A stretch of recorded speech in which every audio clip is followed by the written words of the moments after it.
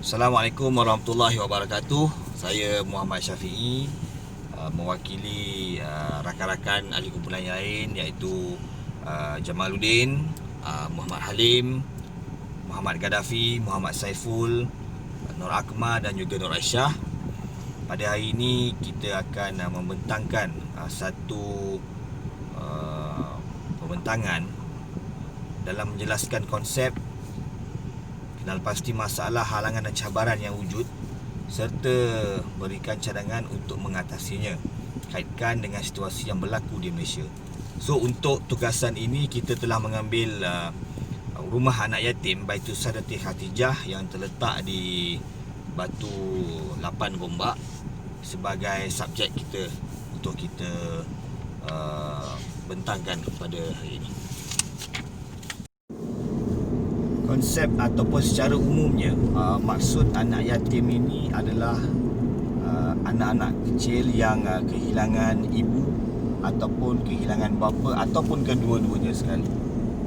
Manakala konsep ataupun maksud rumah anak yatim adalah sebuah institusi awam yang diwujudkan bagi menempatkan anak-anak yatim tersebut yang mana kedua ibu bapa mereka telah meninggal dunia dan tidak diketahui asal usul latar belakangnya. Ini juga termasuk menempatkan anak-anak yang orang miskin yang mana kedua ibu bapa tidak mampu untuk menjaga dan membela mereka. Ada juga mereka ini ditempatkan di kediaman tersebut. Dan kediaman ini adalah bertujuan memberi penjagaan dan perlindungan kepada kelompok ataupun golongan-golongan seperti yang saya katakan sebentar tadi. Okay, so masalah yang dihadapi oleh anak-anak yatim. Okay, setelah kita buat sedikit kajian dan temu ramah, maka kita boleh dapati bahawa antara permasalahan yang dihadapi oleh pengusaha ataupun pemilik rumah anak yatim ini, masalah yang paling utama sekali adalah masalah kewangan. Mereka ni memang masalah kewangan ni adalah punca kepada segala permasalahan yang ada. Kerana dengan semua tersebutlah mereka mengendalikan pusat anak-anak yatim ini. Selain daripada itu, masalah yang mereka hadapi juga adalah unit kediaman itu sendiri, yang mana lokasi kediaman tidak berapa sesuai, saiz kediaman tidak berapa sesuai, termasuk status kediaman tersebut yang disewa ataupun yang dimiliki oleh orang lain. Jadi ini antara masalah yang dihadapi oleh mereka. Masalah lain juga adalah masalah kepimpinan yang wujud di kalangan pengusaha-pengusaha anak-anak yatim ini, di mana mereka tidak mempunyai sistem pengurusan yang mantap ataupun sistem pengurusan yang berkesan untuk membuat ataupun mengendalikan rumah anak yatim tersebut. Kemudian masalah anak yatim ini iaitu mempunyai masalah dalam pembangunan intelektual dan pembelaan kasih sayang. Memang ini kita umum mengetahui, memanglah anak yatim ni memang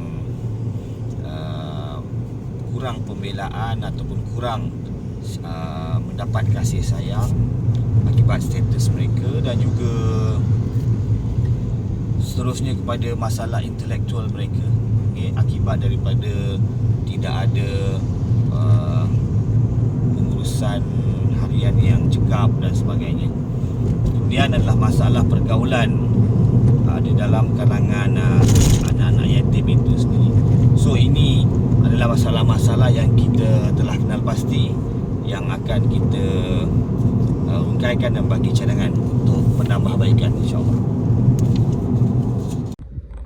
Jadi dari segi, setelah kita kenal pasti masalah, antara halangan-halangan lain Halangan yang besar macam kita katakan tadi adalah halangan kewangan, halangan dari segi penyediaan tempat tinggal yang lebih selesa, yang lebih memberi kemudahan kepada anak-anak yatim, termasuk juga pandangan masyarakat terhadap golongan anak-anak yatim ini yang ada sebahagian mereka memandang mereka adalah golongan kedua. So ini menjadi satu masalah. Kemudian cabaran memberikan didikan kepada anak-anak yatim, yang mana ini masalah pengurusan tadilah yang kita katakan seperti tadi.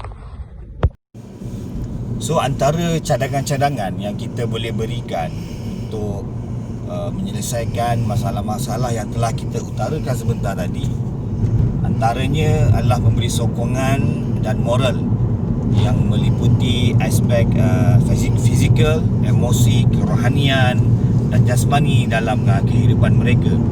Seterusnya kita boleh mencadangkan agar diwujudkan unit kaunseling dan guru bimbingan yang khusus dan terlatih di setiap asrama pertubuhan anak-anak yatim dan miskin ini. Kemudian kita perlulah mempunyai satu skills ataupun satu